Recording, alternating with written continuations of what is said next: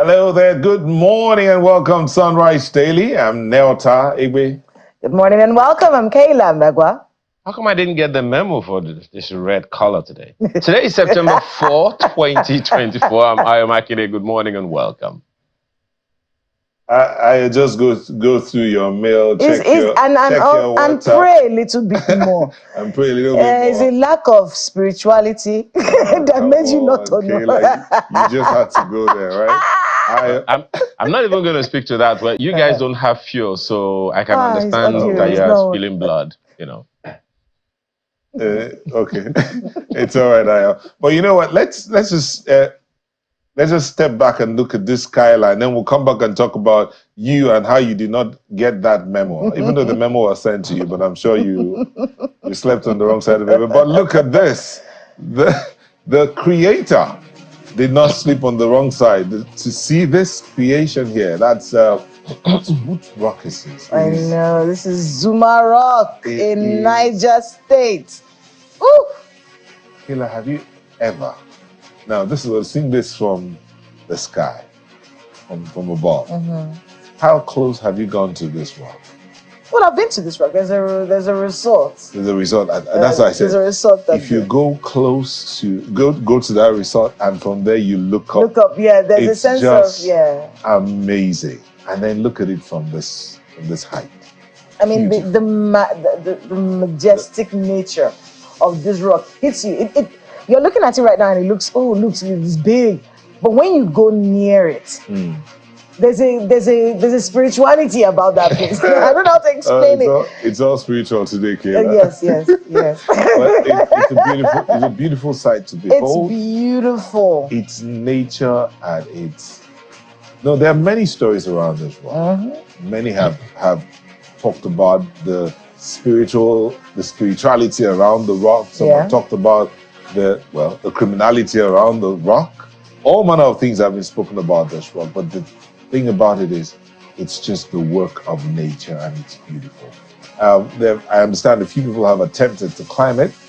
I don't know if anyone has succeeded. Maybe one of those times it comes to Abuja would succeed in climbing to the top of the Zuma Rock, but I mean, Zuma Rock, it's mostly, it's composed of gabbro and granodiorite. I hope I got it. Granodiorite. It's in Niger State. And then, of course, the monolith or an Inselberg. And it's about 300 meters. That's about 980 feet high. And it was once thought to be in the FCT, but it's actually located in the upper end of Madala. It's a rural settlement in Suleja local government area of Niger State. So there you have it, our view this morning, and very calming. Ayo, what are you thinking about? Well, to be honest, it's the majesty of this Zuma Rock, and the fact that you can only find this Zuma Rock in Nigeria is enough for me. And it's just fun. It's just fun. Recall that confusion as to whether or not Zuma Rock is in Abuja or in Niger State. Well, thankfully that has been corrected now. So Niger State owns it. Corrected. And it's just one of those, as you mentioned or highlighted a number of times on this program, Kayla, tourism potentials in the country that should be explored and maximized. Thankfully, the government of the state has been able to build a resort around that place, and that's a good thing. And so let's see how much of that we can scale all around our country, so people know that you don't have to go there anywhere else in the world. Just imagine, for instance, that we're able to really do something massive about this rock, and we build it to the extent that Hollywood is interested in making movies, writing stories and making movies around this kind of place. I mean, remember, guys, both of you would remember watching Sound of Music, and you remember that opening shot of Maria, on that hill. Just imagine something like that. What I don't think Maria would have been able to climb Zuma Rock. I don't know, but hey, just imagine a story written around something like that. For me, let's just find every way we can to market what we have, because it's amazing and it's exceptional. Well, part of what is happening today is going to be at the top of the next hour. Business Morning on Sunrise Daily will focus on Dangote Refinery petrol NNPCL's pump price hike and the impact on energy security. Incidentally, that also leads most of the front pages of the papers this morning. So let's begin.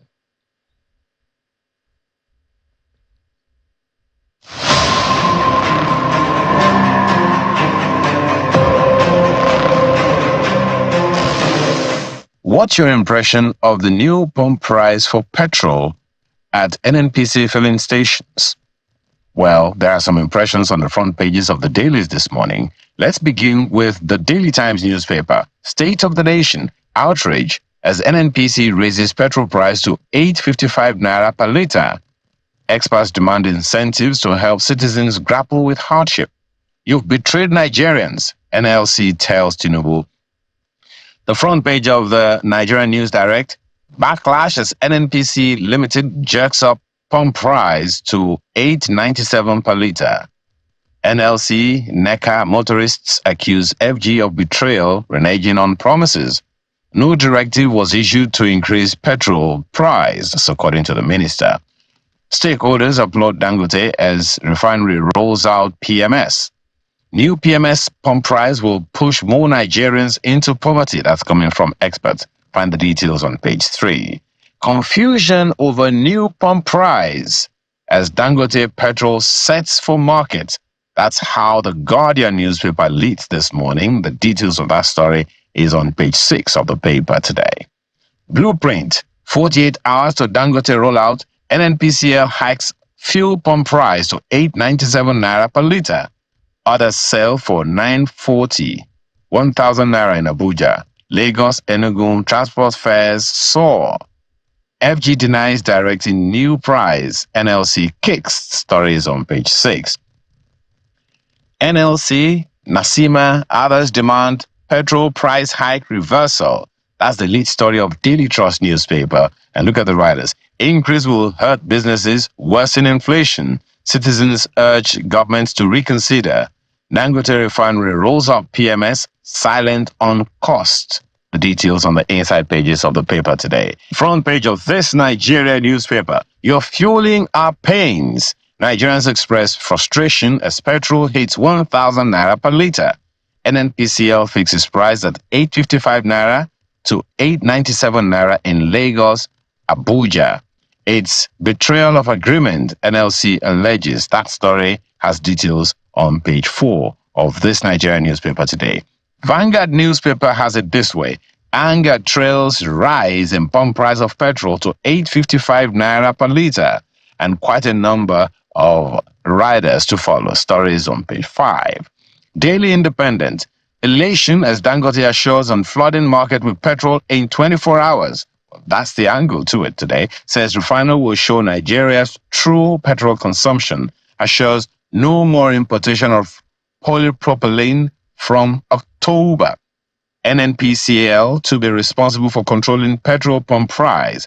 Dangote to produce 25 million liters of PMS in September. That's from NMDPRA. Refinery, historic economic liberation for Nigerians. That's from Otedola. The details on page 29. New Telegraph, further price hike imminent as fuel hits 8.55 naira to 940 naira per litre.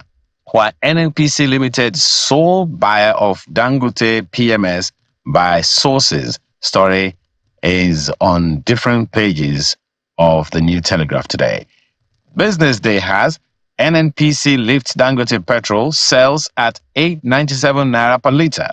Is that correct? Well, someone needs to come defend. The details you'll find on the front page of Business Day newspaper this morning. Nigerian Tribune, outrage as NNPC stations sell petrol above 8.65 naira per litre. Independent marketers sell between 930 and 1,200 naira per litre. Increase worrisome on fare. That's coming from NECA. NLC says it's traumatic betrayal, demands immediate reversal. New pump price will push more Nigerians into poverty. That's coming from The Economist. Find the details of that story on page 2 of the Nigerian Tribune this morning. These are some of the papers we have for you today.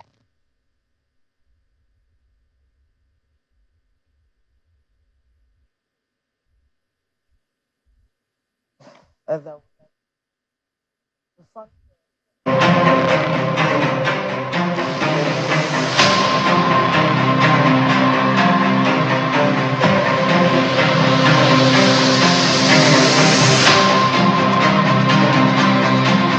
well, quite a number of stories that I would like to look at this morning, particularly from the Daily Trust newspaper.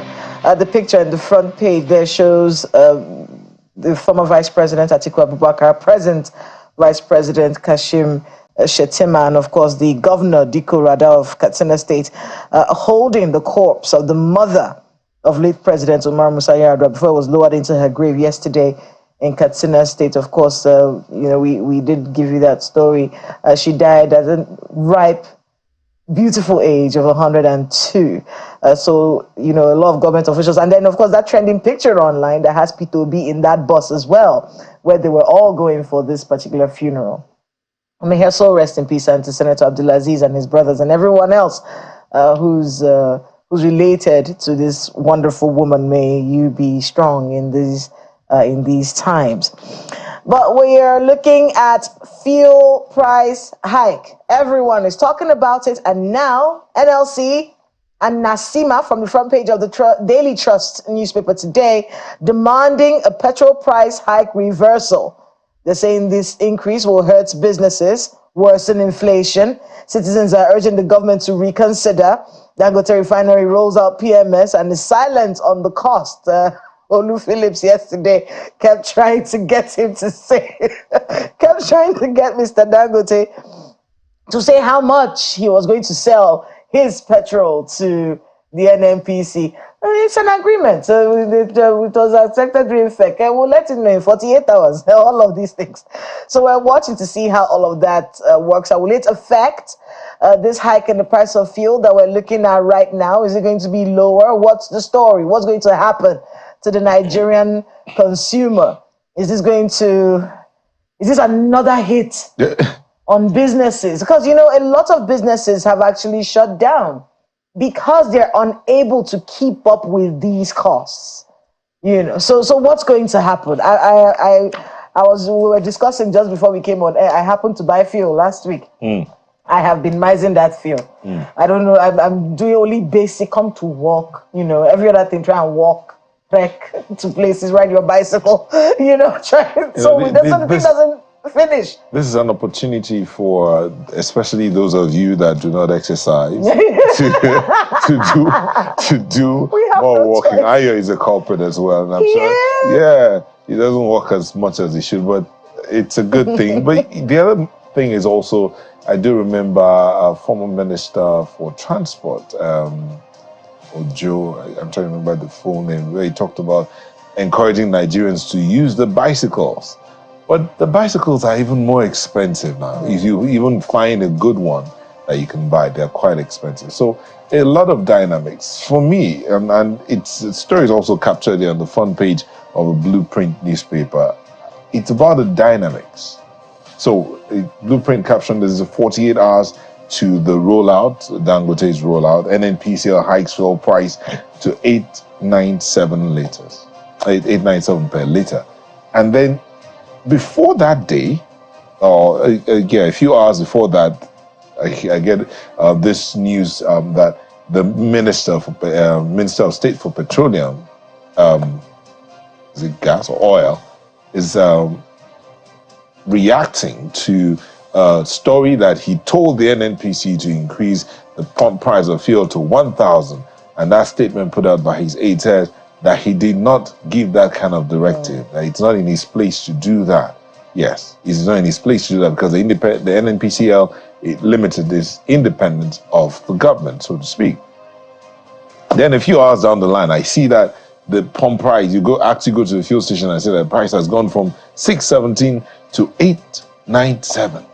Whoa, what's going on? What are the dynamics? What led up to all of this conversations around we were told, we were not told, and now this? And just a few hours after that, Dangote rolls out PMS. Come on. Interesting works. I mean, the arithmetic that must have gone into all of this thing, the planning, it's amazing. Do you know if we take these processes, these dynamics, all these arithmetics, everything good, one thing coming and put it together, this country will not be where it is. But let's leave fuel and look at something else on the front page of the blueprint. I'm taking it away from you right now, Kayla. Let's try.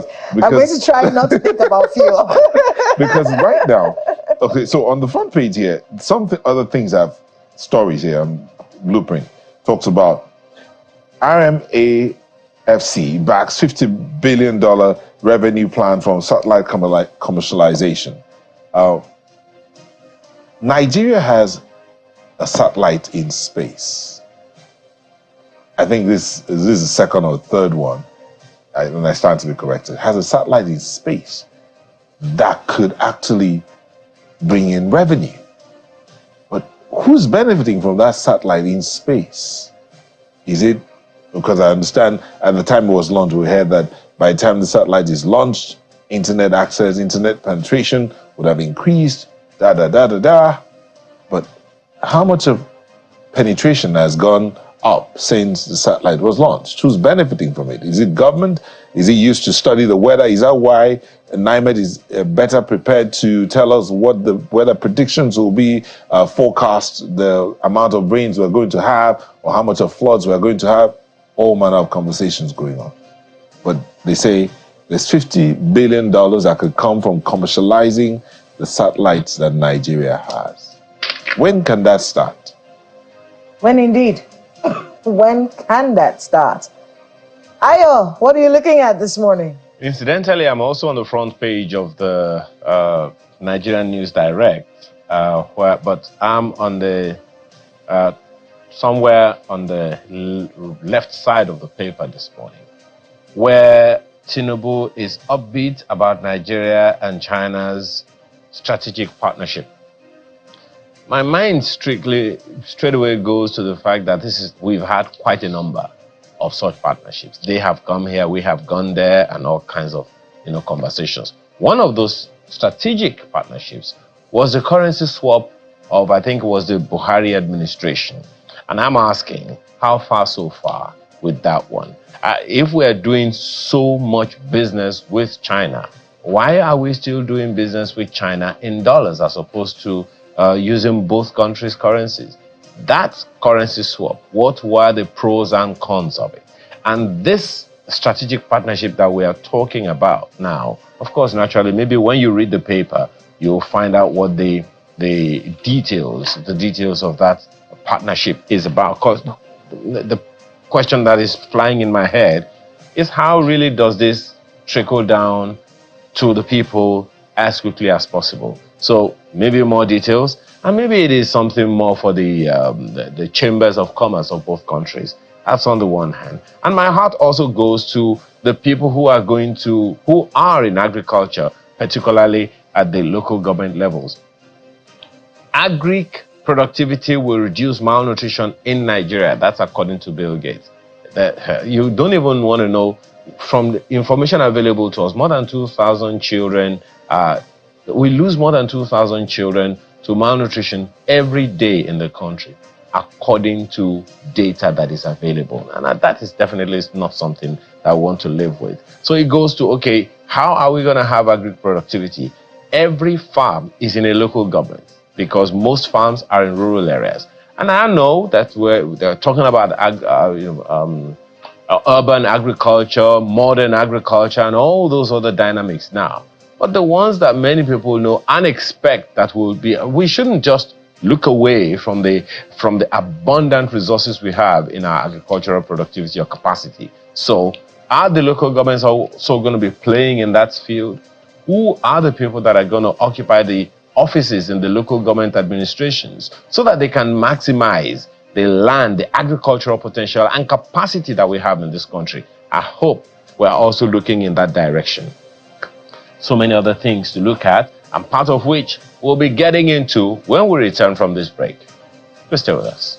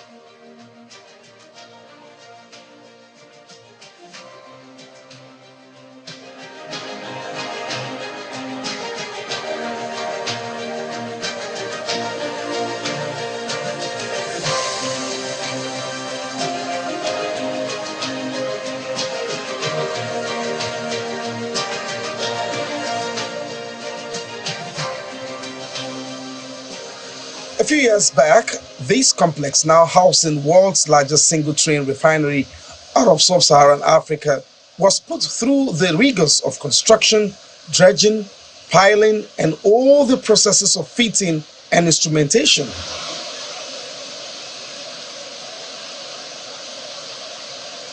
Its sheer size, comparable to 7 times that of Victoria Island, made it all the more an apprehensive wait to have it come to fruition. And in less than a decade, the complex in many regards is up and running, producing in its wake the much coveted premium motor spirit petrol, as it also is a day of joy for the founder. I would like to salute the people of Nigeria. On his gratitude list, he points out 2 major positive shifts the president's Naira for Crude directive has brought to this fair. I want to personally also thank Mr. President, President Bola Ahmed Tinubu, for creating this idea of Naira for crude and also Naira for the product. Doing that, it will give a lot of stability for the Naira, you know, where now you remove 40% of the demand of dollars in the market, and that will actually stabilize the market. But that's not it. As you know, there's quite a lot of what you call round tripping, where people now do documentation and the fuel does not come into Nigeria, and this is a fact. So right now, as we have this refinery working, it will show the true consumption of Nigeria. He then leads the team to the loading gantry area, where he speaks more about pricing, availability, and quality. You can put it in your car and begin to run. And it will actually save your engine. It will give your engine the best performance. It will not be the normal one. Our gasoline can be, that is PMS, can be in filling stations in the next 48 hours, depending on NNPC. On PMS, like what I told you, is this an arrangement which was designed and approved by Federal Executive Council, led by His Excellency President Bola Ahmed Tinubu. As soon as it is finalized, which he is pushing, you know, once we finish with NNPC, it can be today, it can be tomorrow, we are ready to roll into the market. It's another hurdle crossed and a few more before the finish line, which Aliko Dangote says is surmountable, adding that domestic supply is inevitable for economic growth. Olo Phillips, Channels Television News.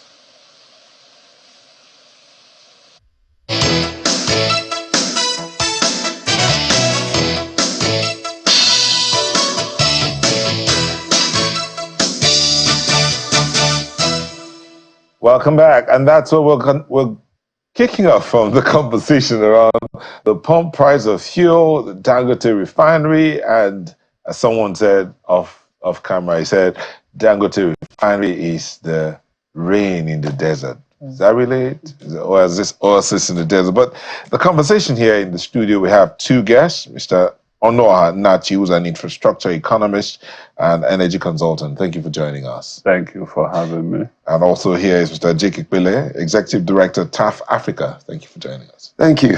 So as I said earlier, I said you would handle the humanity and you look at the numbers. but be that is, let's start off from the human side of all of this. Now, some would say the money is necessary, it's needed, but Sepele, when you heard the news, how did it come out? We're talking about one time it says 1,000, then NNPCL says, no, it's not us. Then, so. I lost my shock observer. I was taken aback. It also shows the level of insensitivity of those who are behind this price hacking.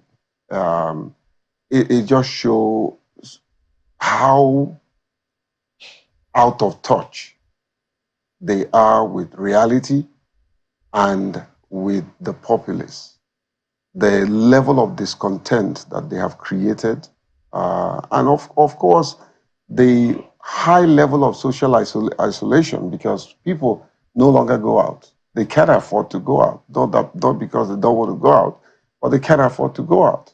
You know, access to healthcare, a lot of people are not able to pay the high cost of transportation to go and access their health, except those who are on emergency. This morning, my logistic officer told me that it used to cost him 400 naira from Nyanya to AYA. Today, he was even looking for the vehicle. He paid 1,000 naira. You know, so it shows you what is happening to the people. Increase in hunger because there are high prices or cost of food items.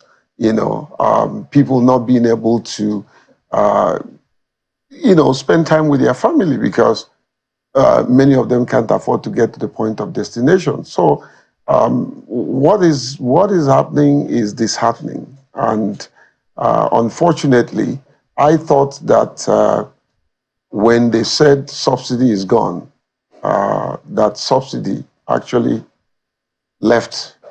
But it appears that that was, like my friend said, a political statement, that we're still asking the question, where is the dividends of the so-called subsidy? I am a supporter of subsidy removal, but not when it is removed on television, but on paper or within the structure of politics is still there. That is not acceptable. I pray that presidents or African presidents will understand the power that they wield when they make a statement, you know. And so the populists are not finding it palatable at all. The suffering has increased. I'm going to go to Mr. Nachi, and forgive us for doing this, but we have to be able to bring up this conversation. As much as people are looking at the cost of fuel right now and complain about it, say it's so much, there are many people who say, listen, if you look at the landing cost and what they were being sold at petrol stations, you would know that it wasn't a realistic cost. And it was just a matter of time before that cost is brought into what you buy at the filling stations.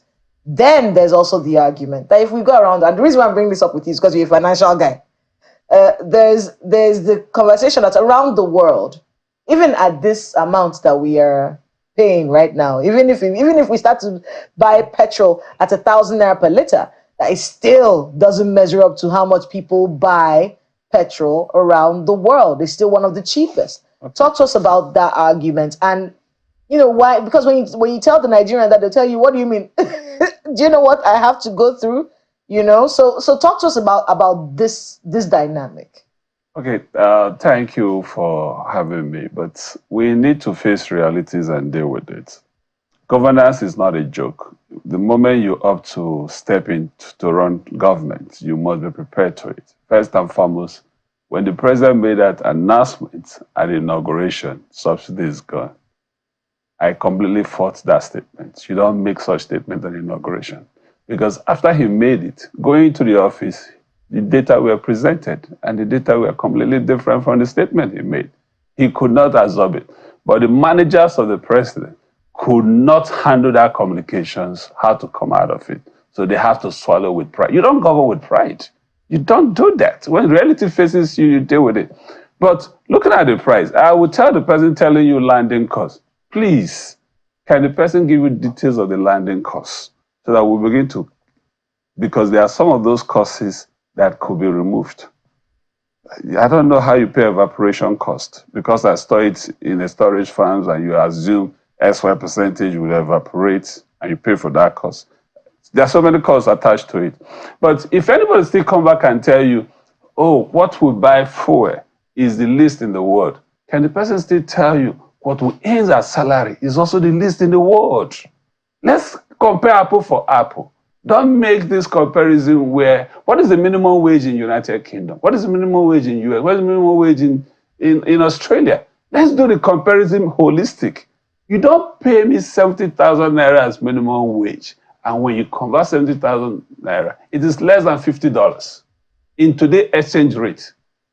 Who earns less than $50 in the world in a month, 30 days? Split it. It is less than how much? About $1.80 in a day. And you want me to do that comparison? So I would like the comparison to be more realistic. But the real fact of it is the government, the seriousness of the government and the commitment. They don't feel the pulse of the people because this is not the time. If this has happened, because whatever you do today, whatever that just happened, has effect in a lot of economic indices. The inflations will go up. The food prices will go up. Everything will just go up, and it has already started. So when you were getting ready to do this, did you consider, yes, this man, we are still dealing with inflation, we're still dealing with food supply issues. The food security is not guaranteed. And now you are contributing to the worst of energy security issues. So how do you handle it? So what should happen now, in your view? What's a holistic solution? Okay, first look at it from this way. When you come to governance, your revenue and your expenditure must find a way to balance. We are running a very bloated governance structure. Let's be honest to ourselves. And when a government is running a very bloated expenditure structure, you know what they do? There are only three things left for them to do. 1, they borrow. 2, they print money. 3, they do taxing. The last government before this were only doing 2. They were borrowing and they were printing. Now we have a government who is doing the 3. So you must deal with the expenditure part of it and find a way to increase your revenue. If you don't increase your revenue from crude, you will still be dealing with this though. And I'll tell you, when they took over, the crude production without condensate were about 1.1. Now, we're doing 1.4, that is plus condensate. Now, as of 2015, when the party as APC took over, the crude production were 2.3, 2.4. Hello. If I'm the president, in 6 months, my interest will be, how do I take these crude productions to 2 million, 2.2, 2.3? If you cannot increase that your revenue and you're busy increasing your expenditure, you're always going to run short. It is very clear. And I don't understand why they still don't get it. Because take a typical example. We are short of about 1 million our expected crude production. At $80 of that 1 million, it means we're losing $80 million every day. And if you multiply with 30 days of the month, you're talking about $3.something billion. Even if you do a JV structure where we own 60%, so you're supposed to get that 60%. No, we actually own 40%. Some of the JV structures. So if you look at those structures very well, you see what you get. Even if the forward sales they have done, total forward sale is still less than 400,000 barrels per day. So you will absorb the forward sales and you produce more, generate more money, then you can cushion all this. But when your revenue is suffering, and your expenditure, you're busy increasing it. So you're only left with this. You borrow, you print, you tax. And unfortunately for the nation, we got a tax consultant as the president. So all he's thinking, all his team is thinking, tax. So, but the president is just one man. The president has a team, for instance. He has a team of ministers who are supposed to be looking at the different sides of this whole thing. Mr. Pele can weigh in here. We're supposed to be looking at different sides of different things. For instance, I understand that the Ministry of Solid Minerals just held a workshop for all these, looking at the level of solid minerals this country has. I mean, a video is viral where a man is showing slabs of gold from Zamfara. Nigeria is that blessed. Nigeria is a picture of a Russia of old, blessed with all manner of solid minerals, good soil for agriculture when it's not winter, but yet still poor. So why does it look like the team is not looking into its own side or not playing the left wing and the right wing as they should, so that the goalkeeper can catch the ball and keep it well. Goalkeeper being the president. Leadership question. Let's come home. John runs Channel. If anything goes wrong with the leadership or with the team, who is responsible? John. Simple. If the president has the power to hire and fire. And I keep saying, this idea of trying to condone everybody, appease the political interest, and we leave the person that cannot do the job on the job, you will get poor, if not non-performance.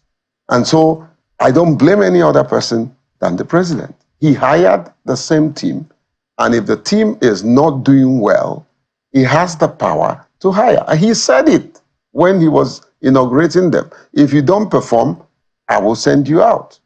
Why is it that we know today that there are non-performing ministers? Some of them, you don't even hear anything about them. But, Mr. Pele, sorry, let me interrupt you here. You're talking about non-performing ministers, but the ministers are just supervisors, so to speak, because the people who are actually doing the work are the civil servants. Fantastic. They're the ones who sign off on all those contracts and projects and all. The minister, hold on, the minister does not necessarily go to every project to see them, but he gets reports from the directors and the permanent secretary to say this is done, that is done. So would you blame the minister for a failure of a ministry and leave out the team that has to work with him? Again, I'll come back to the same analogy. If Channel is not doing well, will I blame you? I'll blame John. He runs the entire show. And if something is wrong, and it's not also very correct to say that the ministers don't know what happened. I didn't say they don't know. I said they don't exactly have to be at every project site. I agree. But you are the minister. I run an organization. If that organization is not doing well, I have teams. I have a team in Ondo for Ondo election right now. I have a team doing accessibility audit in Lagos. If anything goes wrong, I take responsibility. And I think this is the problem, my brother. When leaders don't take responsibility, not only do you act irresponsibly, you also groom irresponsible set of people. Okay, responding to ability. That's what responsibility is. Mr. Nancy, let me put it this way. So there is a notion, I just scribbled it here. Someone says, you were talking about the inauguration, right? Someone says, when you come into power, at the first term, get experts. And then in your second term, you can bring in the politicians. But in this situation, what do we have? It was reversed. No. It's not even second term. Let me tell you. It was reversed. We brought politicians and we jettisoned experts. We have seen it before. The previous government, this is what they do. The moment you resume office and you're forming your government structure, you bring experts. You allow the expert to run the government, set the thing in motions. Once it's an autopilot, you're getting ready for the next election after 2 years and a half. You bring politicians that will help you run election. But this time around, it was a Miloko. Okay. So, I want to be able to talk. Let me just react to what... Mr. Nachi. Yeah. And the reason why we're bringing up this question is because of the dynamics, really, when Tinubu came into office. So he had created this image that he was doing a government of national unity. So everyone was an all-comers affair. Everyone was coming to the villa. And at the time, they made it look as though, I'm not saying I did it, I'm saying it was made to look as though, look, let's unite. Let's bring people together because of the divisions that they had, even in the party themselves. How do we bring everyone together and then, start to build from that? You're saying that was the wrong move for him to make? That wasn't done. So that's why, first and foremost, I said I beg to differ. When you run a government of national unity, you first define what you want, the professionals you want, the experts you want. And if you want to unite, I'll give you a typical example, the South African last election. What did they do? The power was shared. And okay, you, this party, give us this. You, this party, give us you, this party. What happened in this? It was the same case of Emiloko. And that has affected it. Let me tell you one thing. One of the things that President Bola Tinubu got wrong, first and foremost, you won the election, or whatever argument people put around it. You're the president. You should have not packed all your Lagos boys into the government. These are people that were with you from 1999 to 2007. But after 2007, what have they done? Redundant, inactive. And you just bring them and feed them in offices. They are not with the current realities of fact. I have played a tape of the Minister for Finance, who is in charge of the fiscal policies of the economy. Over 10 times, different speeches. It is empty. He doesn't understand what to be done. He has no capacity. And I'll say without any reservation. So you are the coordinating minister of the economy. So the team, the economic team is in your hand. When you look at all these ministries like this, you have to drive it. When we talk about team, it is you that manage the fiscal policy that would define what solid minerals should do, what agriculture should do. And you entitle with that. You set a timeline and you measure it. You know, we say what get measured, get done. But if it's not been measured, it becomes just like a fluke. Mr. Epele, you said it was the reverse. Yeah, that was done this time. You don't try to bring people together to achieve unity, and you bring people that cannot strategically think and strategically execute. Now, I'm not saying that's the case for everybody, okay, but I'm just giving you an analogy. And so you cannot say you're trying to move in the direction of unity with incompetence. When people are incompetent, you're going to even create more disunity because they're going to make very bad decisions that will fuel anger within the people you want to lead. You know, and so like I said, getting politicians to try to rejig a fledgling economy in the first place was wrong. It was a wrong move, you know. And so when experts are there, like my brother said, bring them on board, let them set the template. And once the template, and you need to also be careful because when you do that and you bring wrong people, they can ruin a good thing you have started. Well, let's take it to Lagos because I'm sure Ayo has a few questions for you. Ayo. Thank you, Kayla. Well, let me begin with Mr. Nachi. When you, in response to some of the question I think Kayla raised with you about the cost of petrol in Nigeria being lowest, you also compared our income and all of that. But one thing that I've always found rather curious is that we compare the economy and the spending power of the American or any of the countries in the West to that of the Nigerian. The cost of living in Lagos is way higher than the cost of living in Sokoto State, for instance. So if we say that the average that anyone will spend to live a day in Lagos is, say, $2, will we say that that will also suffice for Sokoto State or Bauchi or Borno State? So sometimes I wonder whether we really do need to make those comparisons as opposed to really looking at our realities in this country and focus on it and give attention to it. What's your take on that? First, we don't exist in isolation, so the comparison must surely come. The world is a global village, and the analysis must be GDP parameters are GDP parameters anywhere in the world. There's no exception to it because you're in Nigeria or you're in Nigeria. That makes it an exception. Your production capacity must be analyzed. When we do per income spending of a nation and try to compute that, we take an average. It's not from a particular spot. Your statistics will give you the data you need.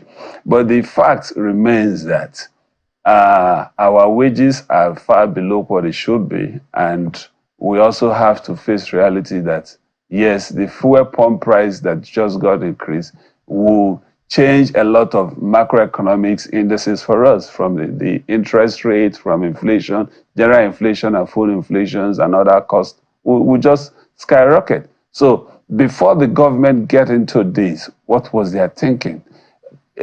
Over 10 years ago, I have been a promoter, an advocate, liberalize the downstream. NNPC stands as a private company and import your food. Let anybody that wants to do that business import and sell. You don't limit it to yourself. Let the market forces determine this. But taking that whole responsibility, you're this, you're that, competitions will drive this cost down. Because if you recall when we started GSM in Nigeria, you know the cost of SIM card. SIM card were sold for 120,000. It came to 90. Competition drove it down to the point it is free. Even the rates that the callers, the network operator charges, they begin to do promotions here and there. Can we, for goodness sake, liberalize this sector? And the petroleum industry the law has also made it possible for that to be done. I don't know why we don't want to implement that law in full capacity. What are we afraid for? What are we running away from? Beginning of days for that in the light of the current realities with Dangote. Well, staying with you, wouldn't you say that, we sometimes over-centralize the issues in the country? Because the states get a lot of money. In fact, in the light of a question to which I'm coming to Dr.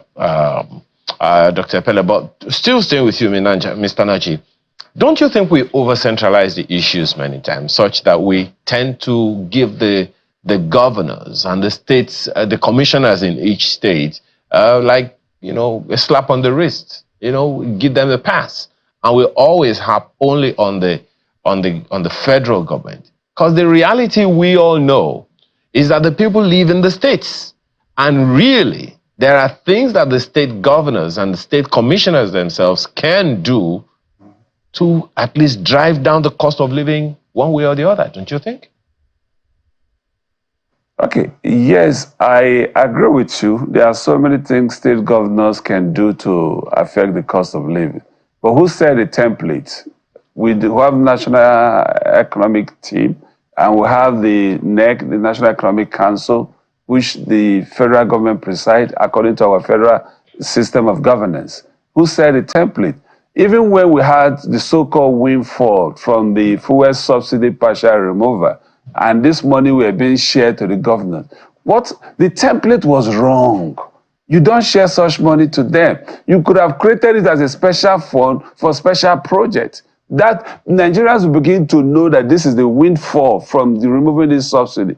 That's when you begin to share it to them and you begin to say, okay, what do I do? Manage them, do this, do that. No. But the fact of the matter is, even when you look at the current allocations, check the fact structure. Federal government 52.48 shared by 36 states and 774 local governments. Who owns the lion's share? Who has that responsibility? That's why you always see the blame comes to them, the accusation comes to them, the reaction comes to them. When we change that template, let's say federal government get 20%, and the other 80% goes to local government and state, all eyes will move. Even people coming to the federal government will not come. All eyes will move. It's a natural phenomenon. But when you know that a single body called the federal government takes 52%, and 36 state plus FCT and 774 local government, these with the other 48%, naturally, you get a reaction like this. Okay. But the important part of my discourse is the implication of this hike, of this price change. We'll come to that in a moment, Mr. Nanchi. We'll come to that in a moment. But it's just some of the issues that you raised earlier that I'm trying to just get your some other perspectives on. So, Dr. Pele, when in reaction the other time, you asked the question, where is the dividend of the so-called subsidy, and which you said you've always supported. But then it also speaks to part of what Mr. Nachi just mentioned, the fact that the state governors now get more than they got before this so-called, as you said, subsidy removal.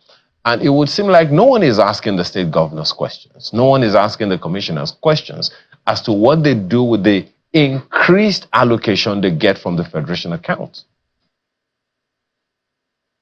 It's just the lack of transparent process of accountability. I don't think that the issue is that no one is asking. It's just that the people you're asking are not answering.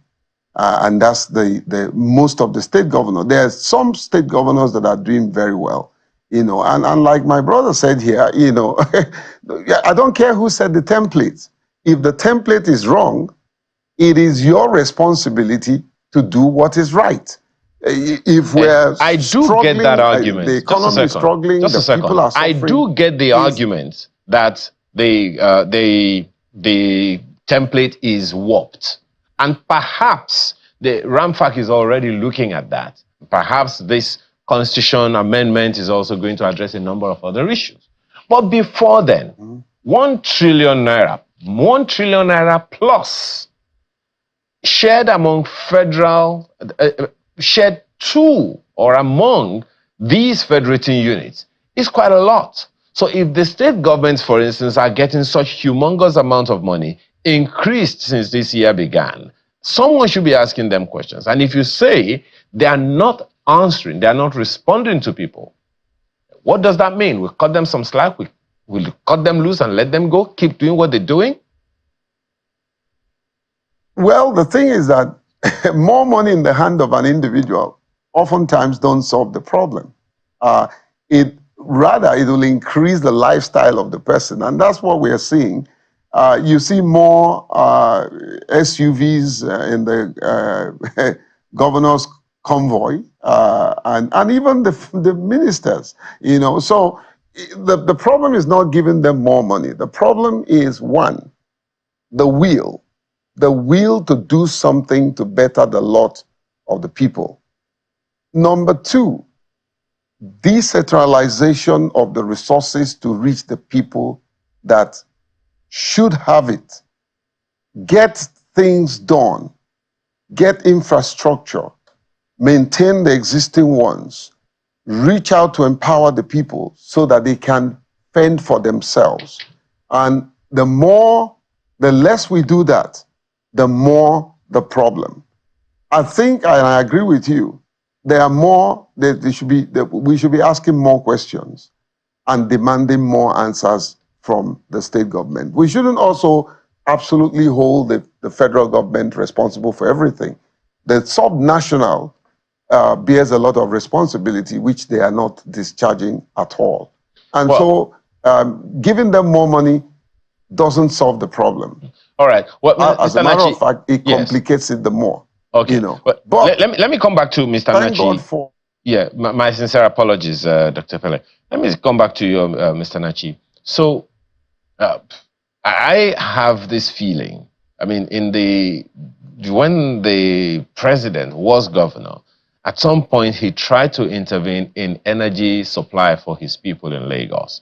Even now in Imo State, we are made to understand, I wish I was there, to verify how the people are enjoying some form of energy security in the light of electricity supply and all of that.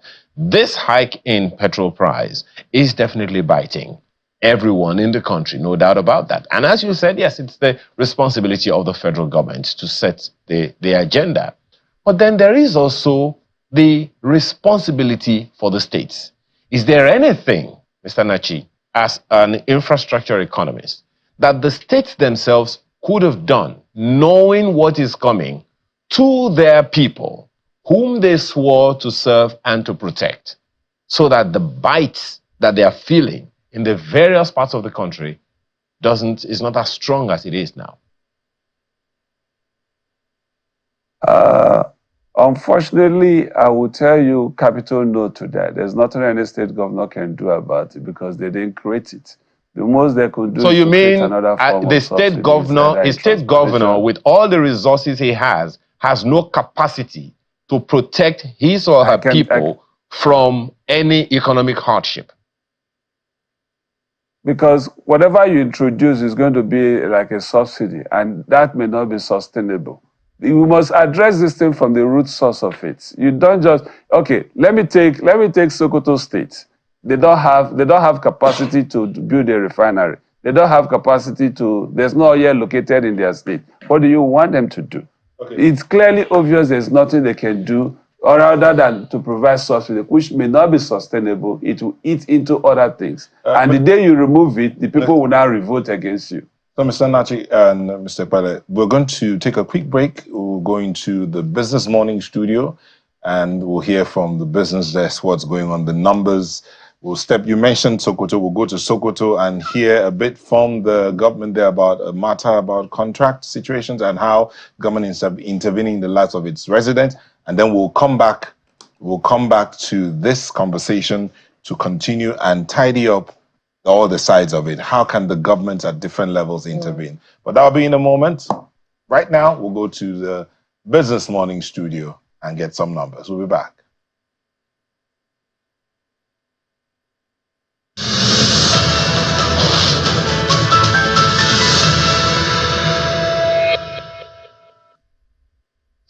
Good morning. Welcome to Business Morning on Sunrise Daily. And well, just about 30 minutes of business before we head back to the Sunrise Daily studio. Today we're starting from the Naira because, of course, the oil and gas has been major conversations from yesterday, even up until what you just listened to on Sunrise Daily. So we start from the Naira today and see not very good news for the Naira. It weakened at the close of trade yesterday. So we see on NAFEM that it closed at 1,611 Naira 34 kobo. It went down more than 1%, 1.61%. So it opened at 1,585 Naira 77 kobo. Same picture we see for NAFEX. 0.21% down, opened at 1,597 Naira 61 kobo and closed at 1,600. Just a day of gains, and then now we see that it's back to the red zone there, and it's expected to continue at these levels at least for the coming days, barring any major driver into the market. Now, for oil prices, it fell on Wednesday, extending a plunge of more than 4% the previous day on expectations that a political dispute halting Libyan export could be resolved and concerns over lower global demand growth. Taking a look at the number, we see about 37 cents, that's about 0.5%, shaved off Brent this morning. We see Brent continually falling. Now it's at $73.38 for a barrel, down 0.5%, while WTI has also lost that $70 level. It's now at $69.93 a barrel after it dropped 0.6%. Both contracts fell to their lowest level since December on signs of a deal to resolve the political dispute between the rival factions in Libya that could cut output by about half of the curbed export. Libya's two legislative bodies agreed on Tuesday to jointly appoint a central bank governor. This has been the cause of the problem for a bit now. So they've agreed to choose one governor, and the battle for control of oil revenue that set off the dispute. Libyan oil exports at major ports were halted on Monday and production cut nationwide. The Libya's National Oil Corps declared force majeure on its oil field from September the 2nd. So I guess now that we have relative settlements for this issue of running off the central bank, perhaps we will see some kind of stability and production or supply from Libya, and we'll see a bit of settlement on the oil prices.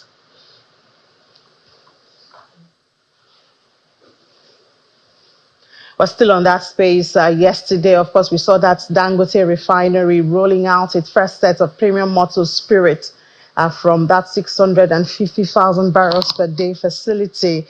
And it's been the crux of conversation everywhere. I'm sure you've seen the reports a couple of times, and there's been reactions. One of them is from the governor of Ogun State. The governor of Ogun State, Prince Dakwa Abiodun, said the commencement of full production by the Dangote Refinery will strengthen the nation's economy by eliminating constant shortages and conserve foreign exchange. Still another reaction also is from billionaire businessman Femi Otedola. He has praised Aliko Dangote for his significant contribution to the country's economic independence through the successful launch of the Dangote Refinery. In a lengthy post shared on his X page, Mr. Otedola highlights Dangote's achievements and their impact on the country's energy sector. He believes that the refinery's success could diminish the relevance of local depots, which have long relied on fuel imports to meet domestic demands. And according to Mr. Otedola, Dangote Refinery represents what can be achieved when one has the audacity to dream and the determination to make it a reality. Well, it was a mixed bag yesterday because we also saw adjustment on the pump price at NNPC filling stations. Now, the Nigeria Employers Consultative Association has criticized the recent hike in the petrol pump price by NNPC Limited, saying it unfairly burdens Nigerians with the company's inefficiency. NECA's Director General, Mr. Adewale Smato Yerinde, voiced his concerns in a statement following NNPCL's announcement that the new pump price of PMS would be 897 naira for a litre, effective September 3. Mr. Yerinde expresses disappointment that instead of reducing petrol prices after the completion of the Dangote Refinery, the government is imposing more hardships on Nigerians, further increasing the costs of doing business.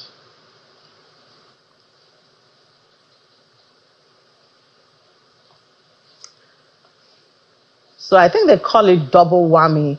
On the one hand, Nigerians were supposed to be rejoicing for the commencement of PMS production by Dangote Refinery. On the other hand, they have to face new prices, more than 50%, I believe, or almost 50% by NNPC petrol stations. So what that means, obviously, is the other filling station, the independent filling stations, would do even more than that. So that was the reality that started yesterday, September 3. And of course, is what we live for. We've seen the labor union leaders speak against this. They say, they cannot justify this and against the promise that they had when the new minimum wage was agreed on. So it's a whole lot for Nigerians to handle at the same time, but it's the reality for now. Let's discuss some of the expectations following this now with the Chief Executive Officer of FUPRI Energy Solutions Limited. FUPRI is Federal University of Petroleum Resources, Ifuru in Delta State. Dr. Monigo Otanusha joins us virtually from Ifuru. Dr. Otanusha, thank you so much for your time and good morning. Thank you so much, Ini. It's a pleasure being here. Yeah, so yesterday, while we're celebrating Dangote petrol, we also saw the change in pump price. And I wonder if this was planned, But at the end of the day, what does this say about the security of energy supply and even the purchasing power of Nigerians? Is this the way we ought to go from your perspective, especially in being in this industry? Thank you so much, Ini and Nigerians. Yes, it's a good thing that Dangote has started the PMS production. It's good news. And I want to commend the previous comments from my big brother Otedola and the governor of Ogun State. Yes, this morning I bought PMS in the front here for 1,100 naira per litre while I was coming here for this interview. It's a lot of hardship on Nigerians, but it's a good thing that Dangote is there. But we need to be very clear. Dangote is a business, and petroleum is a global good. But if you come from the perspective of energy security, energy is a national security issue. So all efforts to support Dangote and the likes of Dangote to produce white goods in Nigeria for local consumption, especially in the transport sector, is a welcome development. We did publish an article in 2018, which is available on Google. If you just type Dangote and you type Omonigo or FUPRI, you will see there. And we predicted what is happening now. But this is not the time to start laying blames. This is what do we need to do so that Nigerians can get more benefits from the goods which drives our economy, which is crude oil. It's also a good thing that the government also set up a ministerial committee at the level of Minister of Petroleum Resources, which I was a member. And then PTI, Petroleum Training Institute, was there. FUPRI was sent a representative, which I was the rep. And then AB Uzaria and some other government agency involved in the petroleum sector. That report was, I think, was supposed to go through the... Hello? Hello, Dr. Tanusha, can you hear me?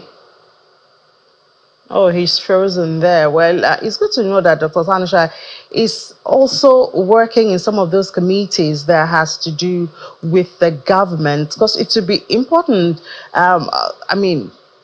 It's, going from about 568 naira for a liter of petrol to almost 900 naira, and that's, just being subtle, especially in a state like Lagos. Obviously, there will be reactions to this, mostly eroding that new minimum wage, which workers hope that they could have to increase their purchasing power. Obviously, this takes that away. But Dr. Tanisha, are you back? Can you hear me?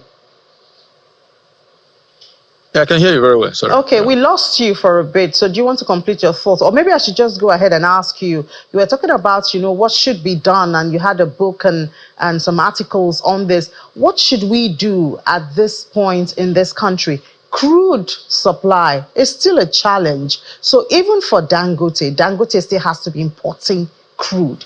Other refiners, modular refineries and all of that still need crude. But our crude is held up in the debt, which NNPC has told us they're owing suppliers. So it's just such a very thick web, of disturbing or challenging Nigeria's energy security. So what should we be doing now? What are the possible ways out? Okay, thank you. There are many solutions that have been proposed by experts in the industry. I was on a panel 2 years ago with Dr. Umar Farouk on the Nigerian Global Roundtable. What we should be doing now is that there should be a massive campaign for exploration and also to production. Again, if you do the arithmetics, how much is our OPEC quota? Okay, if you do that and then look at what's our daily production today or in the past, stable production. If you do the mathematics, you find out that we are not even able to satisfy the OPEC quota, and then we're talking about local. And again, for businesses, what will be most interesting for those in business is to produce and sell in dollars. Okay, they are in business. Now, we Nigerians are suffering. I am suffering too. We're all suffering. But the point is that Dangote is not a charity. It's in the business. So crude oil supply, for us to have, we need to ramp up production. We need to open up fields. We need to task research institutions to be involved, like FUPRI, PTI, ABU Zaria, University of Port Harcourt. They should be involved. The reason I'm saying this is that let's look at the best practices all over the world in terms of crude supply, crude security, energy security. Petrobras. In Petrobras, for you to be the head of the Petrobras, you must have gone through the R&D session, research and development session, meaning that we need to push our institutions to answer questions on national development, to be able to support national development question. Currently, NNPC has come up to privatize or kind of look for O&M, operations and management of private sector involvement in the Warri and Kaduna refineries. I would strongly suggest, like I stated in our reports to the presidency through the chief of staff and through the Minister of Petroleum Resources, that Federal Investor of Petroleum Resources, PTI, Petroleum Training Institute, ABU Zaria, University of Port Harcourt should be involved, and some other universities around those areas. Let there be more allocations for wells to be activated, and then production should take place. I heard Tedola say that the storage facilities should go and should be scrapped. They can be modified to take crude, okay, and then to support the local capacity build up in that area. So I strongly support the idea that there should be more campaigns, more production, so that we can up our production quota, so that after certifying OPEC and other the multinationals, we can have enough to take off our local refineries. Yeah, but I guess the challenge is, how do we even meet up with our OPEC quota or even meet up with, our targets for the budget, because oil theft is still a reality. So whatever plans we have, whatever production we hit, oil theft is still a major challenge. Okay, while I want to stay away from the politics of oil theft, there are a lot of technologies to stop this. How come the oil theft is mainly Nigerian issue? In 2015, we had a conference in Manchester where I pitched a project. November 2nd, everything is online. The title of the project was Curbing Crude Oil Theft. That is buying with a conscience, curbing crude oil theft in Nigeria. In Manchester Policy Week, while I was on studies at the University of Manchester, we were able to track what was stolen. About 70% of it goes out to refineries who don't ask questions in Europe, America, and Asia. Okay, so there are technologies to track these things and also to stop it. But I am of the strong opinion that if you do small scale mini refineries and make them community based with community participation, it will drastically reduce the issues of crude oil theft in communities. That means we can cluster them using light rail or using the inland waterways, and then crude can be made available. Like the government has changed the policy now to make crude available in Naira. Again, that will decouple the issues of crude oil theft, because those who do the illegal or the refinery processes, they buy from those who steal the crude. So there are many refineries which do not have appropriate technologies, and that's what you see everywhere. And then the government, the security agents go there and destroy them, and it will cause more problems to the environment when they blow up some of these facilities, or they burn the stolen crude or the white products that are out of that. Now, if they are encouraged to cluster in cooperatives and they are properly registered and given appropriate technologies, I think this will gradually phase out. This will be like using a carrot and stick measure. So, and then integrate IPMAN, all the value chain within the downstream sector can be integrated. And then there can be proper tracking, and every drop of crude refined in this country. Once again, that's the network hitch right there with Dr. Otanisha. Dr. Omonigo Otanisha is the Chief Executive Officer of FUPRI. Dr. Well, maybe we'll just give you one more try. Dr. Otanisha, can you hear me?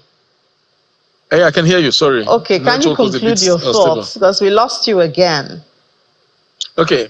I am of the strong opinion that mini refineries should be proliferated all over That would be Nigeria, modular refineries, yes? Because we already have modular refineries. Yeah, I call them, I want to say mini, I'm talking about 1,000 barrels, and then when you cluster them, what they cannot refine, which is the dredge, which they throw off, especially those you call pool fire. In the local parlance, they call them pool fire. Well,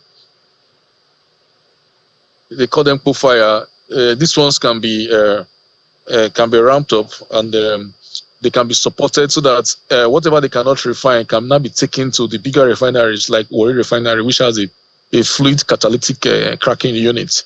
So they can now produce more white products, especially PMS and the kerosene and possibly jet fuel.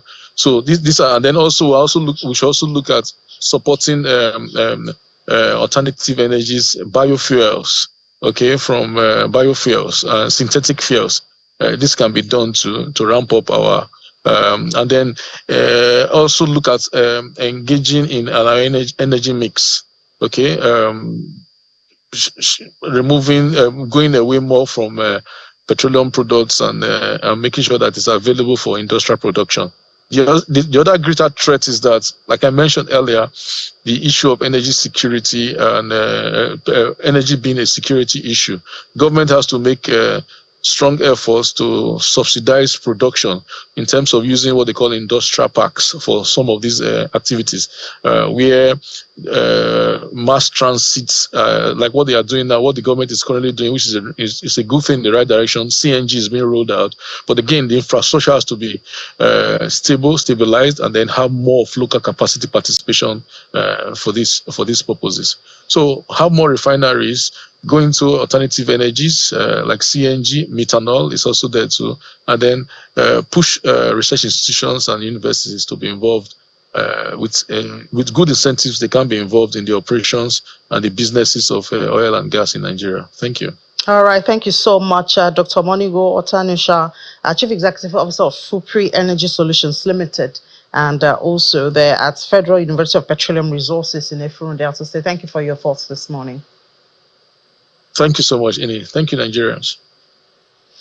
Let's take a break now. When we come back, our president is still in China. We have a comprehensive report of the happenings yesterday right there, but that'll be after this report, this break. To stay with us.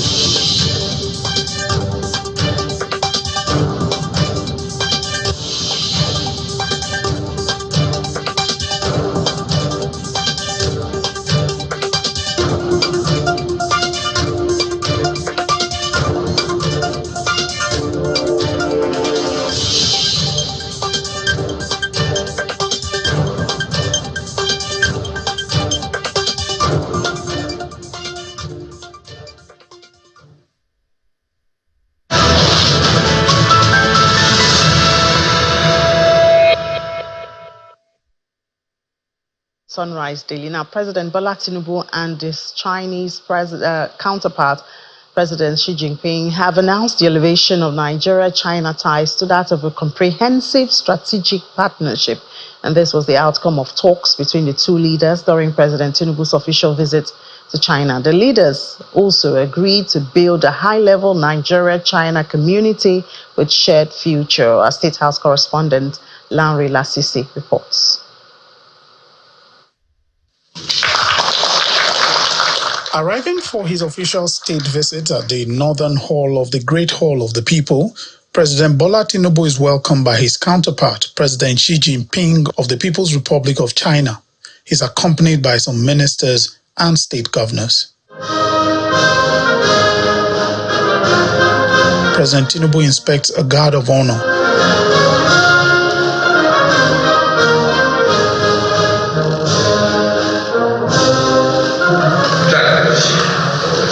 Following the ceremony, the two presidents sit down with their delegations for bilateral discussions. President Jinping said China and Nigeria, as major developing countries, strengthening strategic coordination will inject fresh impetus to the China-Africa relations. I thank you for the... In his contribution, President Tinubu outlined Nigeria's readiness and commitment to economic development. And I agree with you that China-Nigeria relations that is over half a century should further strengthen our trade and economic development program. Nigeria has a very great potential as largest population in Africa. It is then time for the signing of 5 memoranda of understanding by officials of both countries as the two presidents observe the proceeding.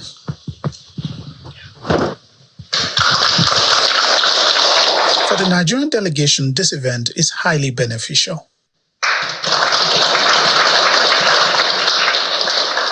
Specific agreements were signed, memorandum of understanding. 5 are all development related. 4 of them were between were signed on behalf of the Chinese government by the National Reform and Development, the National Development and Reform Commission of China, and I also signed on behalf of the Federal Republic of Nigeria. We expect more to be signed, albeit not in front of the two leaders. There are agreements on shelled peanuts, so groundnut that is still in the shell. for export. Phytosanitary is supposed to be signing that. Already 2 state governors, Lagos and Kaduna, have signed agreements.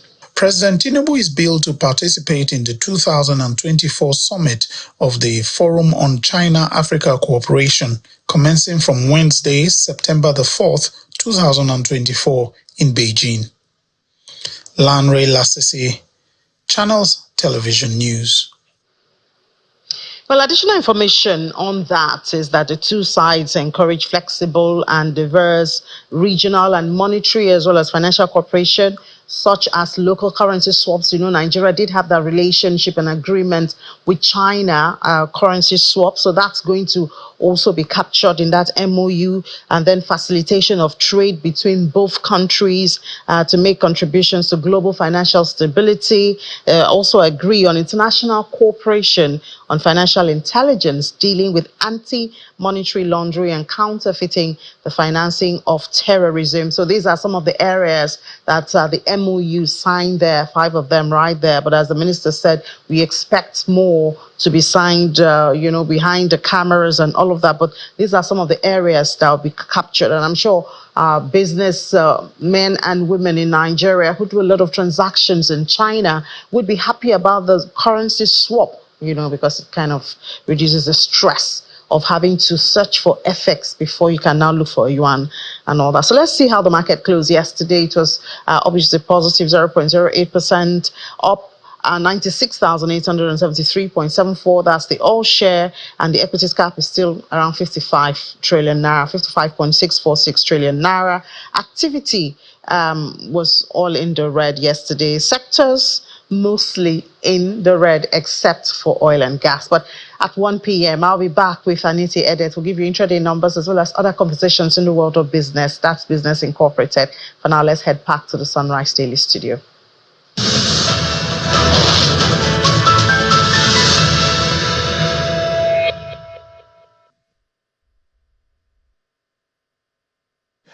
Thank you very much, Ini. A good time there to talk about all the things happening around the business side and how it's affecting Nigeria. Of course, the president is in China, and 5 memorandum of understanding that would affect the Nigerian economy. And they've upgraded Nigeria's relationship with China to a strategic relationship. Let's see how that ties into the situation currently in the country. Fuel prices up there, and someone says, of course, you can tell that everything, even the ones that are planted in the Nigerian soil and harvested in the rural communities, will go up in price because fuel affects everything. But we still have our guest here with us, Mr. Jake Ipele, who's the Executive Director of TAF Africa, and Ono Anachi, Infrastructure Economist and Energy Consultant. Thank you, gentlemen, for staying with us. Thank you. Okay, so before we went on that break, we were talking about, more or less, we focused on the leadership situation, how leadership is not very effective and how it's affected everything. But let's look at the numbers now. Mr. Naji, I'll start out with you. I actually scribbled here, I said, let's attempt to do a breakdown of this landing cost. You mentioned it earlier, weighed against the cost of crude and the process of producing PMS that might have led to this decision to up the prices. Okay. One is because when they try to throw the entire burden of cost on PMS, if you take a barrel of crude, you're not only producing PMS. There is an accumulative and shared cost that goes with it. But if you go by refining cost, the refining margin across the globe, I can tell you that number is between $3 to $5 anywhere you want to refine crude. So the numbers are very clear. Now, as a nation, first and foremost, our national oil company is a failure. The management structure, the people that are managing it are responsible for where we are today. If I'm a lawyer and I have that capacity to sue, I would have charged them for economic sabotage, clearly, because this is what they've done. It's a failure. So if the government wants to move forward, we need a complete change in the management structure of that thing and make it a private company. Not a private company where NNPC, Ministry of Finance, and Murphy are the shareholders. Can we list it in the market? And once it's listed, then you now begin to see a different structure of management. if you compare the Nigerian NNPC to all other national oil companies in the world, this is the only company we have in the world that has not made profit in the past 5 years. And you cannot continue that way. If it's your private business that you're running, these people they've been there. And you're running your private business and you're not making profit. Can we ask, do you know what they take home? You're running a company. If it's your own company, will you take that as your monthly salary, monthly allowance, and you're not making profit? So we are looking at failure and sustaining failure. And if we must change it, we must start from that leadership. Even if it means employing foreigners. Advertise the position. It's a private company, supposedly. Advertise the position, not federal government appointment and all that. Clear it. Just take up the management of all. Hold on. Let me just stop you there. I think sometime last month or there in August, the NNPC Limited announced released its audited financial statements declaring a profit of 3.297 trillion naira. But you just said they've not made a profit in the last 5 years. Oh boy. I hate when they throw lies out. The same people that release, see, you can tell me you made profit of 2.6 trillion and you're indebted to about 17 trillion. How do we come? Let's balance your debt with your profit. Are you a profitable company? You're not. I stated it in the last audited account they made. I was in this studio. We analyzed it. And I told you there are hidden costs that they did not report. And these costs are there. When you say you made profit, can you clear your debt? The same people have come after they released this document. 2 weeks after, they're now coming to accept that they have 6 billion trillion. Can we balance that 6 billion trillion with the profit they say you made? Is that a profitable company? I guess you know the answer. Capital, no. So, in my own opinion, if the president wants Nigeria to move forward and want to resolve this issue, one, wipe out is it 18 or 19 of them running the leadership from the NNPC as a group to all the subsidiaries? We need to take them out. Because, you know, when you stay in a place, you're so comfortable, you have perfected your crime, your criminalities, and you think you can run away with it. No. I mean, we really can't start to say that they've committed crimes. They have to be convicted of those things. The crime is obvious. I'm stating it in the national but TV. My question, I want to be able to build on that thing that you just talked about, and I wanted Mr. Ekpele to talk about, because this is not the first time we've heard people call for the sacking of Mr. Mele-Kyari in particular, and people on that board. Is that really the solution? We've sacked people before. It didn't make it better. They just came and learned the bad behavior and continued. Yeah, I'll keep sacking until I get the right people. Period. I mean, you don't keep people that are capital failure in a system. Are you telling me that there are no people better than most of them? Everything rises and falls on leadership. If you have not been able to manage NNPC in the first place, this thing that have been released, I'm not a political economist, petroleum economist like my brother, but if we go by what he just said, you are an absolute failure. Failure spelled in capital letters, you know, and you don't keep people that are not good enough in a system expecting that you're going to get a good outcome. It's not possible. Okay. And so you don't try to baby situations like this. You take drastic action that will produce the expected result. I mean.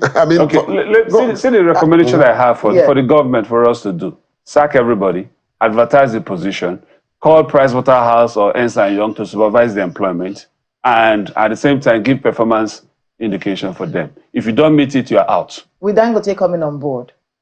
Okay. Is there any hope from the figures? Let me focus on, because that's where my worry is my money.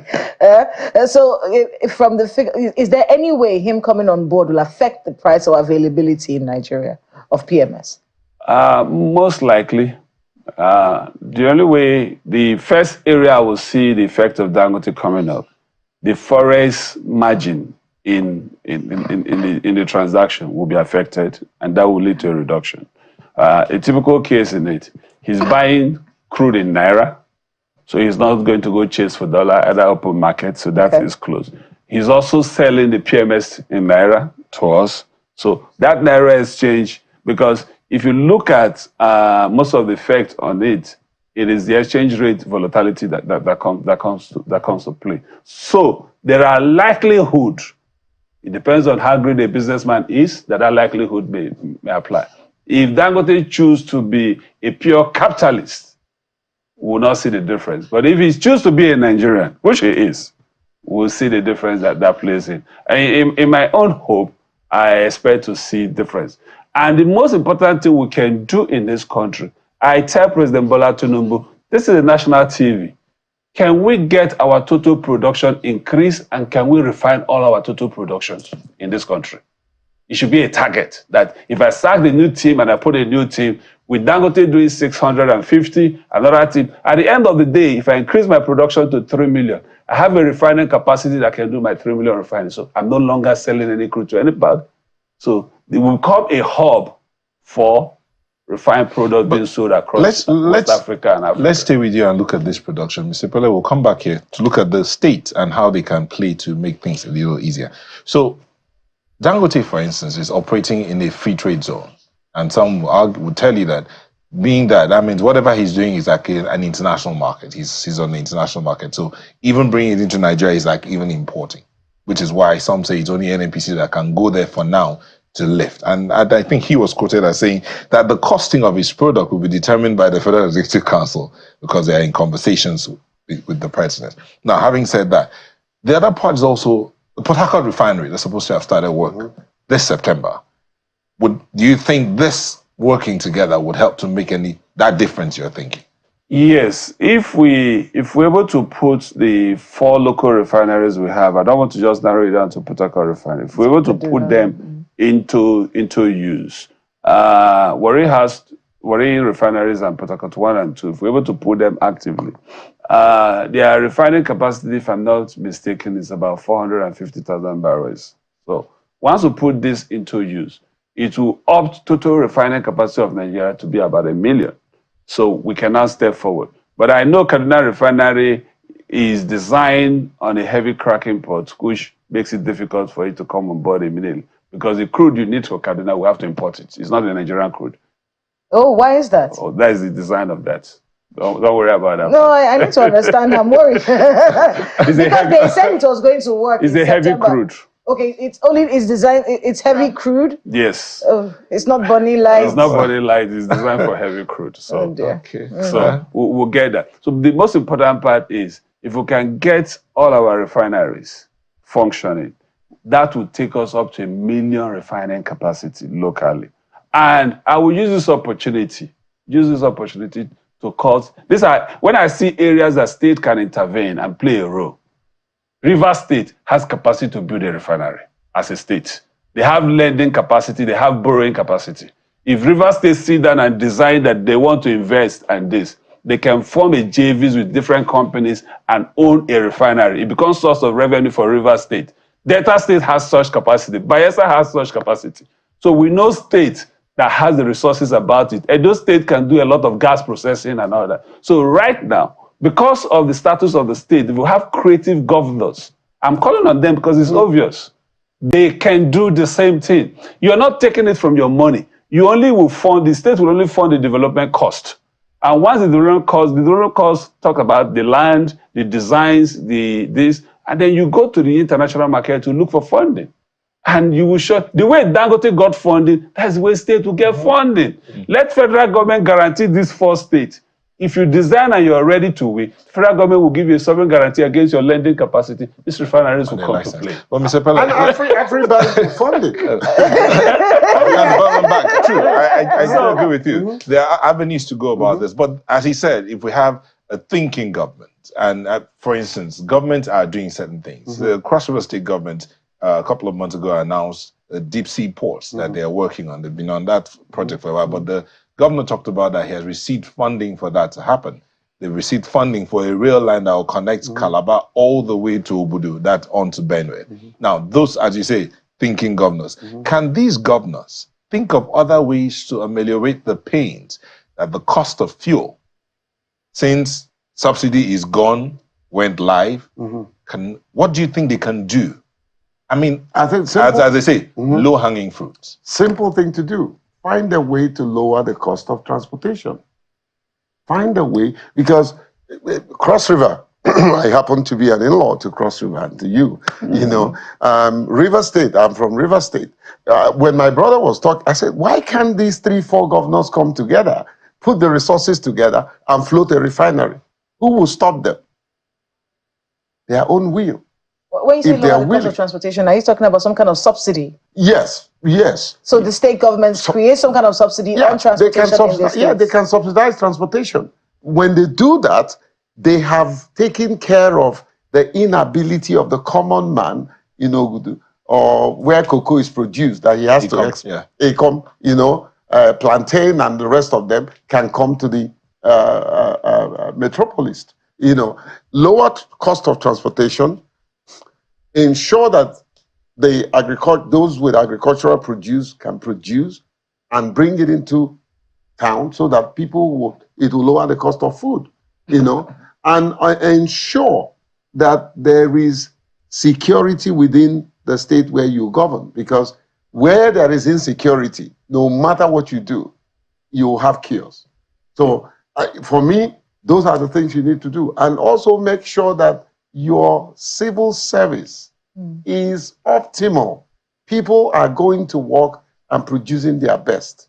I mean, we kind of moved into the conversation about leadership and President Tinubu's handling of the country. We're seeing comments, people saying, "Oh, he didn't remove subsidy; he just announced it." You know, did he have an option? Was there something he could have done differently? Well, again, that's leadership. As a leader, your word carries power, carries weight. You don't say things recklessly. And when you're saying something that you've already done. That's how God speaks. When he speaks, it's already done. So you say something, in other words, there would have been a strategy in the first place that will address the issue of fuel subsidy before it was announced. Should subsidy come back? Should subsidy come back right now? If you talk about subsidizing petroleum products, capital no. But subsidizing transportation, yes. Okay. Because when you subsidize transportation, you can increase your tax base. Exactly. And that becomes revenue to the nation. Sorry, subsidized transportation, increased tax base. Yes. Please break it down. Because the transport owners would also be complaining about the cost of vehicle parts, maintenance of vehicles, and then the power side of things. We've not even looked at that side. Okay, wait. Let me take you. I've said this before in this platform. Today we have various transport companies, the organized transport company and the unorganized transport company. We can bring the organized transport company to a tax base and subsidize it. I take God is Good Motors. They load in different particular places, so you can track the number of passengers they are carrying. If you want to subsidize transportation, you subsidize directly to God is Good. How many passengers, how many buses picks up? Those people that buys your ticket, if their ticket was to be 10,000 naira, if government say they're doing 30% subsidy on transportation, they now pay 7 naira. Then you, the transport company, comes back to the government and get the other 30 naira back. And that is how you subsidize transportation. In United Kingdom, rates are subsidized. In New York, rates are subsidized.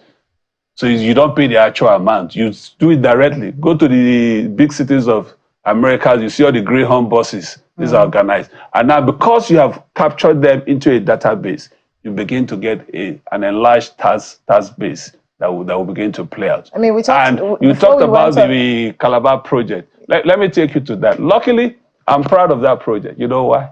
I conceived that project with the governor. My company developed the outline business case that defined the viability of that project that was taken to Afrexim Bank and the funding was done. Any state can do it. Gauge a right expert. They will sit down, crack the number. Oh, you just need to show that this project is viable. Once the viability is established, speaking of experts there, there was something we were talking about during the break, and I wanted to bring it up. The President Tinubu quagmire. That's actually what I wrote it as, the President Tinubu quagmire. I remember that this election, he almost lost this election. he had, and then of course the conversation came up about, oh, he has boys, you know, his boys have always been in government. He brought up a lot of people, and a lot of the people believe that it was these men that really made the drive for him to win this election. You talked about how, well, okay, yes, he has his boys, but they've been redundant, you said, for the past 7 years, and then you now bring them into power, you know, and they will not be able to deliver what is crucial to deliver at this point because they are not experts. That dilemma that the president had to deal with, helping out the people who have been there for me all these years, helped me win this election, versus getting the experts that are needed to be able to, you know, get things done in this crucial point in Nigeria's history. Talk to us about that dilemma and what he should have done there. I think I'm gonna start with Mr. Pele. Yeah, let me give you an example. Yeah. My mother gave birth to me, okay? And I run the organization I'm running. I didn't bring my mother. I can't bring my mother to come and run because she doesn't know what to do. So I can't say because my mother gave birth to me, then I would bring her to run. To be your butcher. Exactly. It's simple. It's simple. But what am I doing? When she was alive, I kept her on salary. I was paying her so that she can be comfortable to give me the breathing space to do what I'm doing and do it well, because I'm responsible to my board, to the community, that if I'm not doing what I'm expected to do, they'll kick me out.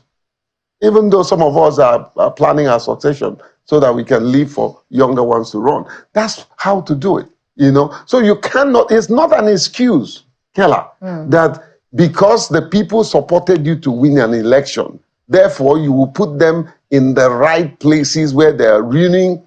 And please don't get me wrong, I'm not saying everybody across board, okay? There are people that have no business in this government, and the president knows it. And this idea of trying to, you know, cushion the effect of what people will say, you know, and using the wrong people at the right place is not good for him. So where we are now, Mr. Nachi. What should he do now? Keller, the right thing to do, first and foremost, the election was won from the north and not from the south. If you check the result of the election from the south, if there was no close link between the three contestants in the north, if one person has led the north, that victory wouldn't have come. So let's not talk about the boys, what they did or what they did not do. But as a president, please, Mr. President, I will advise you, remove all the nepotism you are exhibiting. Remove all the tribalism you are exhibiting. We only have one Nigeria. We only have one country. Get those that can run the thing. Get those that are experts. Get those that have done it before. Remove those people that have been redundant for 16, 18 years doing nothing. They are not in tune with the trend of events. They are not in tune with technology. They are not in tune with economic models. We must move this nation forward. We have no any other country. Start from an NPC. Sack everybody on top of it. Advertise it. Get international organization to do the recruitment. It can be anybody from the world. The Scott of England Bank's person is from Canada and is heading the Bank of England. So we can throw it open so that we'll go clean. Okay, and we must be ready to industrialize the nation. Because I think Ayo has a few questions for you. Ayo.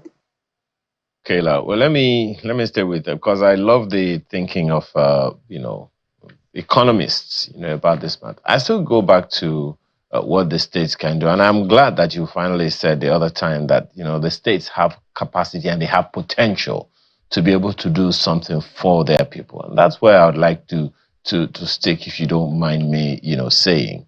So, if states were to champion energy security for their people, for the people in their states, in what area would you advise that they be looking?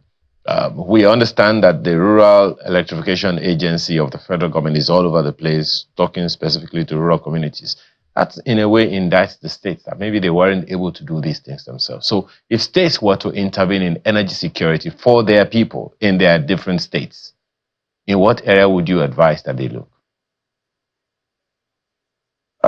Thank you for your question, Ayo. I will advise every state to look at their area of comparative advantage and then capitalize on it. So far, if you focus on energy security, the new electricity law has given that power to states to develop their market. And as I speak to you, my organizations, we have developed the electricity law for about 3 states and a policy document for 3 states. And we are working with more other states. It's only when you have these laws in place and your policy in place that you begin to think about what you can do. When the man in Delta, in Edo, will be thinking of a gas-fired plant to generate electricity, the man in Sokoto, the man in Borno should be thinking about hydro, wind, and solar to do that. So that alone will help them do what they can do. But when I focus on the comparative advantage they have, I like to bring it down closely. If I take a state like Niger State, which is close to here, Niger State land mass is 10% the population of Nigeria.